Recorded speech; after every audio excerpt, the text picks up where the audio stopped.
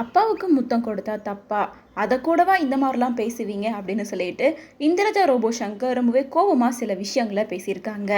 அவங்க பேசின இந்த விஷயங்கள் தான் இப்போது சோஷியல் மீடியாவில் வைரலாக பேசப்படுது. ரோபோ சங்கரோட பொண்ணான இந்திரஜா ரோபோ சங்கருக்கு கொஞ்ச நாளைக்கு முன்னாடி தான் என்கேஜ்மெண்ட் நடந்து முடிஞ்சது.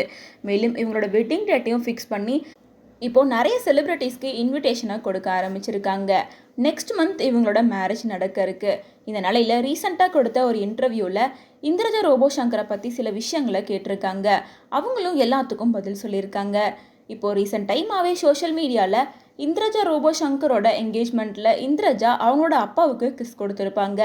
இதை பார்த்த பலருமே என்னதான் அப்பா பொண்ணாக இருந்தாலும் ஒரு அளவு இருக்கணும், ஒரு லிமிட்டுக்கு மேலே நடந்துக்க கூடாது, இப்படி கிஸ் கொடுக்கறதெல்லாம் நல்லாவே இல்லை அப்படின்ற மாதிரி பலருமே நிறைய கமெண்ட்ஸை பண்ணிட்டு இருந்திருக்காங்க.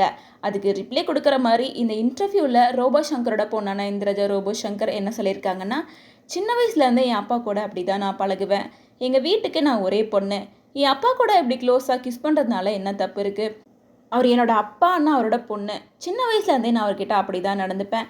இது ஏன் தப்பான பார்வையில் பார்க்குறீங்க? உங்களோட பார்வையில் தான் தப்பு இருக்குது. ஒரு அப்பா எந்த பொண்ணுக்கிட்டையும் தப்பான நோக்கத்தில் கிஸ் பண்ண மாட்டாங்க. அதே போல் பொண்ணும் அப்பாவை அந்த மாதிரியெல்லாம் பார்க்க மாட்டாங்க.